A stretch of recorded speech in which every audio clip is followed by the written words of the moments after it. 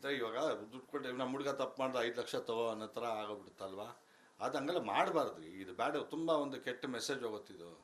ಹಾಂ, ಏನೋ ನಮ್ಮ ಚಿತ್ರರಂಗದ ಒಬ್ಬ ಹುಡುಗ ಕೆಟ್ಟ ತಪ್ಪು ಮಾಡ್ಬಿಟ್ಟಾನೆ, ನಿಮ್ಮ ಮಗನ ಸಾಯಿಸ್ಬಿಟ್ಟಾನೆ, ಒಂದು 5 ಲಕ್ಷ ರೂಪಾಯಿ ಇಟ್ಕೋ ಅನ್ನೋ ಥರ ಇದು ಆಯಿತು. ಹಿಂಗೆ ಮಾಡಿದ್ರೆ ಫಸ್ಟ್ ಹೋಗಿ ಸಾಂತ್ವನ ಹೇಳಿ ಬರಬೇಕಾಯ್ತು. ಏನು ನಿಮಗೆ ಬರೀ ಕೈಲಿ ಹೋಗಿ ಒಂದು ಮಾತು ತೂಕ ಇರುತ್ತೆ ಯಾವತ್ತೂ. ಸಾಂತ್ವನ ಹೇಳಿ ಬರಬೇಕಾಯ್ತು. ಸಾಂತ್ವನ ಹೇಳಿ ಬರೀ 5 ಲಕ್ಷ ರೂಪಾಯಿ ಕೊಟ್ಬಿಟ್ಟು ಬರೋ ತಪ್ಪು. ಬಟ್ ಅದು ಕೂಡ ಎಲ್ಲ ಇಂಡಸ್ಟ್ರಿ ಪ್ರತಿಯೊಬ್ಬರ ಹತ್ರ ಕಲೆಕ್ಟ್ ಮಾಡಿ ಕೊಟ್ಟಿದ್ರೆ ಎಲ್ಲರಿಗೂ ಒಂದು ಖುಷಿ ಇರುತ್ತೆ. ಪ್ರತಿಯೊಬ್ಬರು ಅಟ್ಲೀಸ್ಟ್ 10 ರೂಪಾಯಿ ಆದರೂ ಕೊಟ್ಟಿರೋರು. ಹಾಂ, ಜಾಸ್ತಿನೇ ಆಗಿರೋದು. ನಾನು ಹೇಳಿದ ಆ ಕುಟುಂಬಕ್ಕೂ ಒಂದು ಒಂದು ನಾವೇನು ಕೊಡ್ತಕ್ಕಂಥ ಹಣ ಭಾಳ ದೊಡ್ಡ ಮೊತ್ತದ ಹಣ ಆಗಿರೋದು. ಆ ಕುಟುಂಬಕ್ಕೂ ಸರ್ವೈವಲ್ ಒಂದು ಇದಾಗಿರೋದು. ಅಂದರೆ ಈಗ ಚೇಂಬರಿಂದ ಕೊಡೋ ಮೂಲಕ ಪರೋಕ್ಷವಾಗಿ ದರ್ಶನ್ ಬೆಂಬಲಕ್ಕೆ ನಿಂತಿದ್ದಾರೆ ಅನ್ನೋ ಒಂದು ಸಂದೇಶ ಹೋಗುತ್ತಲ್ವಾ? ಸಂದೇಶ ಆ ಥರನೂ ಹೋಗುತ್ತೆ, ಆ ಥರ ಹೋಗಲ್ಲ. ಆ ಥರ ಹಂಗಿದೆ. ಬಟ್ ಅದು ಕೊಟ್ಟಿದ್ದು ತಪ್ಪದು. ಹಾಂ, ಫಸ್ಟು ಹೋಗ್ಬಿಟ್ಟು ಸಾಂತ್ವನ ಹೇಳಿ ಬಂದು ಅಟ್ಲೀಸ್ಟ್ ಎಲ್ಲ ಕಲೆಕ್ಟ್ ಮಾಡಿ ಕೊಟ್ಟಿದ್ರೆ ಓಕೆ. ಕಲಾವಿದರ ಸಂಘಕ್ಕೆ ಏನು ಹೇಳ್ತಾರೆ? ಇಲ್ಲಿವರೆಗೆ ಕಲಾವಿದರ ಸಂಘದಿಂದ ಯಾವುದು ಕೂಡ ರಿಯಾಕ್ಷನ್ ಕೊಟ್ಟು, ಈಗ ಇಂಥ ಸಂದರ್ಭದಲ್ಲಿ ಇಂಥ ಘಟನೆ ಆದಾಗ ಕಲಾವಿದರ ಸಂಘಕ್ಕೆ ಹೆಚ್ಚು ಜವಾಬ್ದಾರಿ ಇರುತ್ತೆ, ನೀವು ನೋಡಿದ ರೀತಿಯಲ್ಲಿ. ಸೊ ಏನಂತ ಹೇಳ್ತಾರೆ ಸರ್, ಒಬ್ಬ ಹಿರಿಯರಾಗಿ ಮತ್ತು ಸಾಕಷ್ಟು ಅನುಭವ ಇರೋಂಥ ಹಿನ್ನೆಲೆಯಲ್ಲಿ ಮತ್ತು ವಾಣಿಜ್ಯ ಮಂಡಳಿ ಅಧ್ಯಕ್ಷರಾಗಿ ಕಾರ್ಯನಿರ್ವಹಿಸಿದ ಹಿನ್ನೆಲೆಯಲ್ಲಿ? ಸರ್, ನಾನು ನೋಡಿರಂಗೆ ಕನ್ನಡ ಇಂಡಸ್ಟ್ರಿ, ಕರ್ನಾಟಕ ಚಲನಚಿತ್ರ ವಾಣಿಜ್ಯ ಮಂಡಳಿ ಒಂದೇ ಕಾರ್ಯಪ್ರವೃತ್ತರಾಗಿರೋದು. ಅದು ಬಿಟ್ಟು ನಾನು ಬೇರೆ ಸಂಘ ಸಂಸ್ಥೆಗಳು ನಾನು ಅದಕ್ಕೆ ಮೆಂಬರು ಅಲ್ಲ, ನಾನು ಮಾತಾಡಲಿಕ್ಕೆ ಅಧಿಕಾರ ಇಲ್ಲ. ಸೊ ಹಂಗಾಗಿ ಅದು ನನಗೆ ಬೇರೆ ಸಂಘದ ಬಗ್ಗೆ ವಾಣಿಜ್ಯ ಮಂಡಳಿ ಬಗ್ಗೆ ಹೇಳಿ ನಾನು ಖಂಡಿತವಾಗ್ಲೂ ಮಾತಾಡ್ತೀನಿ. ಯಾಕಂದರೆ ನನಗೆ ಮಾತಾಡೋಕ್ಕೆ ಅಧಿಕಾರ ಕೂಡ ಇದೆ. ಹಾಂ, ಯಾಕಂದ್ರೆ ಅದನ್ನು ಮಾತೃ ಸಂಸ್ಥೆ, ಅದು ನಮ್ಮನ್ನೆಲ್ಲ ಬೆಳೆಸಿದಂಥ ಸಂಸ್ಥೆ. ಅದು ಅದನ್ನು ಕಾಪಾಡೋದು ಇದು ಕರ್ತವ್ಯ ನಮ್ಮಲ್ಲಿದೆ. ಸೊ ಹಂಗಾಗಿ ನಾನು ಅದ್ರ ಬಗ್ಗೆ ಮಾತಾಡ್ತೀನಿ. ಬೇರೆ ಸಂಘ ಸಂಸ್ಥೆಗಳ ಬಗ್ಗೆ ಮಾತಾಡೋಕ್ಕೆ ನನಗೆ ಇಷ್ಟ ಇಲ್ಲ. ಸರ್, ಈಗ ಚಲನಚಿತ್ರ ರಂಗದಲ್ಲಿ ಮೇರು ನಟರು ರಾಜ್ಕುಮಾರು, ವಿಷ್ಣುವರ್ಧನ್, ಅಂಬರೀಷು, ಅನಂತ್ ನಾಗೂರ್, ರವಿಚ್ ಈ ರೀತಿ ಮೇರು ನಟರು ಇರುವಂತಹ ಇತಿಹಾಸ ಹೊಂದಿರುವಂತಹ ದಾರಿ ಹಾಕ್ಕೊಟ್ಟಿರುವಂತಹ ಕನ್ನಡ ಚಲನಚಿತ್ರ ರಂಗ. ಇಂಥ ಕನ್ನಡ ಚಲನಚಿತ್ರ ರಂಗದಲ್ಲಿ ಈಗ ಈ ರೀತಿ ಇನ್ಸಿಡೆಂಟ್ ಅಂದರೆ ದರ್ಶನ್ ಅಂತ ಇನ್ಸಿಡೆಂಟ್ ಆದ ಹಿನ್ನೆಲೆಯಲ್ಲಿ ವಾಣಿಜ್ಯ ಮಂಡಳಿ ಏನು ಕ್ರಮ ಕೈಗೊಳ್ಳಬೇಕು ಅಥವಾ ಏನು ನಡೆ ಇಡಬೇಕು, ಏನು ಹೆಜ್ಜೆ ಇಡಬೇಕು ಅಂತ ನೀವು ಸಲಹೆ ಕೊಡ್ತೀರಾ ಅಥವಾ ಅಭಿಪ್ರಾಯ ವ್ಯಕ್ತಪಡಿಸ್ತೀರಾ? ಸರ್, ಏನು ಕ್ರಮ ಕೈಗೊಳ್ಳಲಿಕ್ಕೆ ನಮ್ಮ ವಾಣಿಜ್ಯ ಮಂಡಳಿಗೇನು ಕಾನೂನು ಅಧಿಕಾರ ಕೊಟ್ಟು ನಾನು ಹೇಳೋದು. ಈಗ ಪೊಲೀಸು ತನಿಖೆ ಮಾಡ್ತಾ ಇದೆ ಅಂತಂದು ನಿಜವೂ ಇವತ್ತು ಪೊಲೀಸವರು ಮಾಡ್ತಾ ಇರ್ತಕ್ಕಂಥ ಕೆಲಸಗಳಿಗೆ ಹ್ಯಾಟ್ಸ್ ಆಫ್. ನಿಜ ಇವತ್ತಿಗೆ 9 ದಿವಸ ಏನೋ ಆಗಿದೆ ಪಾಪ, ಅವರು 9-10 ದಿವಸ ಏನೋ ಆಗಿದೆ ಈ ಒಂದು ಕೇಸ್ ಕೈ ತೊಗೊಂಡು. ಪಾಪ ಯಾರೊಬ್ಬ ಅಧಿಕಾರಿಗಳು ಕೂಡ ತನ್ನ ಹೆಂಡತಿ ಮಕ್ಕಳನ್ನ ನೋಡಿದಾರೋ ಇಲ್ವೋ ಗೊತ್ತಿಲ್ಲ. ಬಟ್ ಈ ಒಂದು ಕೆಲಸದಲ್ಲೇ ಭಾಳ ಶ್ರದ್ಧಾ ಭಕ್ತಿಯಿಂದ ನಿಂತು ಪ್ರತಿಯೊಂದು ಹಂತವಾಗಿ ಕೆಲಸ ಮಾಡ್ತಾ ಇದ್ದಾರೆ. ನಿಜವೂ hats off to the police department sir.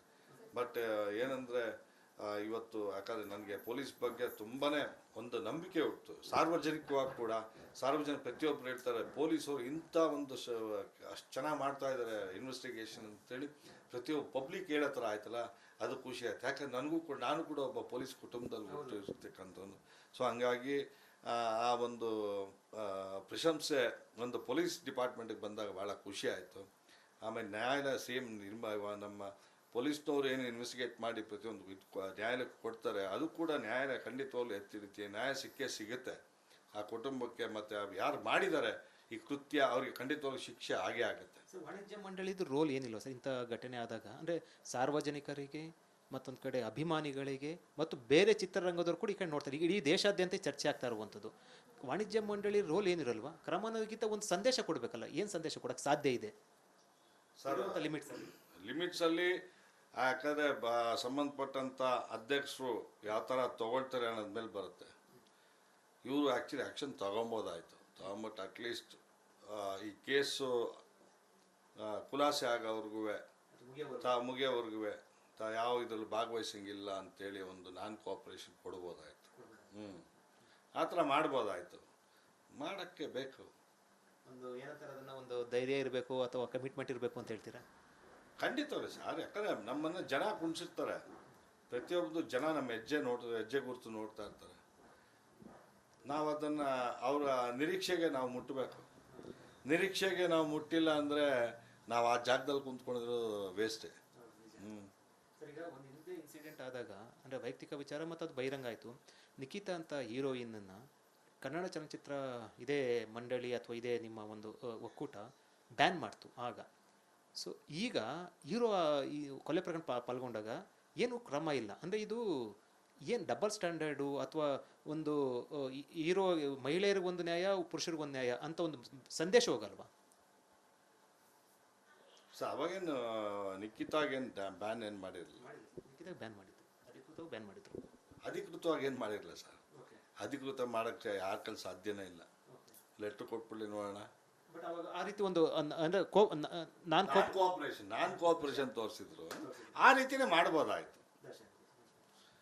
ಯಾಕಂದ್ರೆ ಮಾಡೋದು ನಾವು, ಓಪನ್ ಮಾಡೋದು ನಾವೇ ತಾನೇ ಮಾಡಬೇಕು.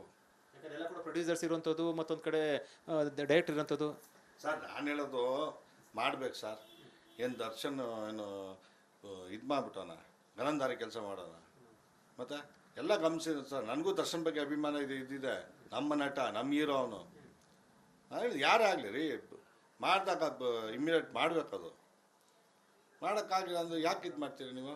ಟ್ಯಾಪೇ ಸರ್ಸಕ್ಕೆ ಹೋಗ್ಬೇಡಿ, ಇದು ಮಾಡೋಕ್ಕೆ ಹೋಗ್ಬೇಡಿ. ಅಟ್ಲೀಸ್ಟ್ ಒಂದು ಎಲ್ಲರೂ ಕರ್ಸ್ಕೊಂಡು ಡಿಸಿಷನ್ ತೊಗೊಳ್ಳಿ.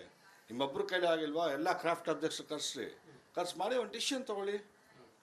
ಡಿಸಿಷನ್ ತೊಗೊಳಕ್ಕಾಗಲ್ಲ, ಚರ್ಚೆ ಆಗಲಿ ಏನು ಬರುತ್ತೆ ಅಂತ ಹೇಳಿ. ಯಾಕಂದ್ರೆ ಹಂಗೆ ಒಬ್ಬರೇ ನಾವು ಹಿಂಗೆ ತೊಗೊಳಕ್ಕೆ ಭಯ. ಅದು ಏನಕ್ಕೆ ಭಯ ಪಡ್ತೀರಾ?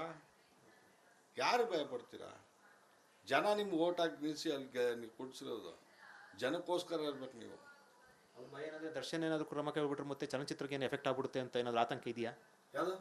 ದರ್ಶನ್ ವಿರುದ್ಧ ಏನೋ ಕ್ರಮ ಕೈಗೊಂಡ್ಬಿಟ್ರೆ ಚಲನಚಿತ್ರ ರಂಗಕ್ಕೆ ಏನೋ ಎಫೆಕ್ಟ್ ಆಗುತ್ತೆ ಅಂತ ಆತಂಕ ಇದೆಯಾ?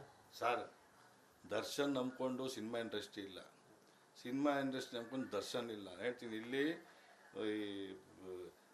ಇದರಲ್ಲಿ ಯಾವ ಬರ್ತಾ ಇರ್ತಾರೆ ಹೋಗ್ತಾ ಇರ್ತಾರೆ.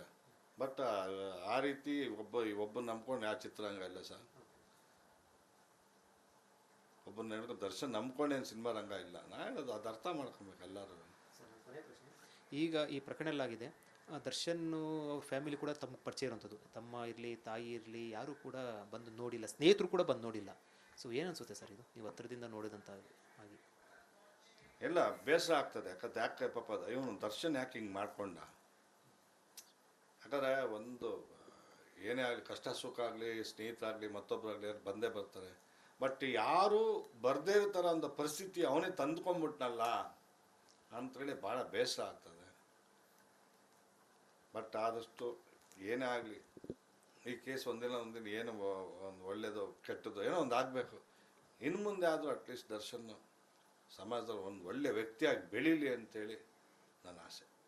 ಮುಂದೆ ನೀವು ಅವ್ರ ಚಾನ್ಸ್ ಸಿಕ್ಕರೆ ಪ್ರೊಡ್ಯೂಸ್ ಮಾಡ್ತೀರಾ ದರ್ಶನ್? ಈ ಎಲ್ಲ ಇನ್ಸಿಡೆಂಟ್ ಆದಮೇಲೆ ಒಂದು ಪೊಲೀಸ್ ಫ್ಯಾಮಿಲಿ ಇರುವಂಥದ್ದು ಅಥವಾ ಒಂದು ಹಿರಿಯ ಮುಖಂಡರಾಗಿರುವಂಥದ್ದು, ನಿರ್ಮಾಪಕರಾಗಿರುವಂಥದ್ದು ದರ್ಶನ್ ಇನ್ನು ಮುಂದೆ ಸಿಕ್ಕಿದ್ರೆ ಅದೇನಾಗಲಿ ನೀವು ಸಿನಿಮಾ ಮಾಡ್ತೀರಂತ ಅನ್ಸುತ್ತಾ? ಸರ್, ದರ್ಶನ್ ಪಿಕ್ಚರ್ ಮಾಡೋ ಭಾಗ್ಯ ಆ ಥರ ಬಗ್ಗೆ ಖಂಡಿತ ಮಾಡ್ತೀನಿ. ಯಾಕಂದ್ರೆ ದರ್ಶನ್ ಪಿಕ್ಚರ್ ಮಾಡೋ ಭಾಗ್ಯ ನಮ್ಗೆ ಬೇಕಲ್ಲ. ನನಗೆ ಋಣನೂ ಇರಬೇಕು, ಭಾಗ್ಯನೂ ಬೇಕು. ಇನ್ಸಿಡೆಂಟ್ ಎಲ್ಲ ಆದಮೇಲೆ ಕೂಡ ಮಾಡ್ತಿರ್ತಾವು ಅಲ್ಲ ಹೇಳ್ವಾ ಸರ್, ಋಣ ಇರಬೇಕು, ಭಾಗ್ಯನೇ ಇರಬೇಕು. ಋಣ ಭಾಗ್ಯ ಎರಡೂ ಇದ್ದಾಗ ಮಾಡೋಕ್ಕೆ ಸಾಧ್ಯ. ಆ ಥರ ಇದ್ದರೆ ಖಂಡಿತ ಮಾಡ್ತೀನಿ. ಇದು ಬಾಮಾ ಹರೀಶ್ ಅವರ ಮಾತು. ಅವ್ರು ಹೇಳ್ತಾ ಇರುವಂಥದ್ದು ನಟ ದರ್ಶನ್ಗೆ ಸಂಬಂಧಪಟ್ಟಂತೆ ಕನ್ನಡ ಚಲನಚಿತ್ರಕ್ಕೆ ಒಂದು ರೀತಿಯಲ್ಲಿ ಕಪ್ಪು ಚುಕ್ಕೆ ಆಗಿರುವಂಥ ಪ್ರಕರಣ. ಆದರೆ ಚಲನಚಿತ್ರ ವಾಣಿಜ್ಯ ಮಂಡಳಿ, ನಿರ್ಮಾಪಕರ ಸಂಘ ಎಲ್ಲ ಒಕ್ಕೂಟಿದೆ, ಎಲ್ಲವೂ ಕೂಡ ಸೇರಿ ಒಂದು ಕ್ರಮವನ್ನು, ಒಂದು ನಿರ್ಧಾರವನ್ನು ತೆಗೆದುಕೊಳ್ಬೇಕು ಅಂತ ಆಗ್ರಹವನ್ನು ವ್ಯಕ್ತಪಡಿಸಿರುವಂಥದ್ದು. ಕ್ಯಾಮರಾ ಪರ್ಸನ್ ಮಧು ಜೊತೆ ವಿಜಯ್ ಜನಹಳ್ಳಿ, ರಿಪಬ್ಲಿಕ್ ಟಿವಿ, ಬೆಂಗಳೂರು.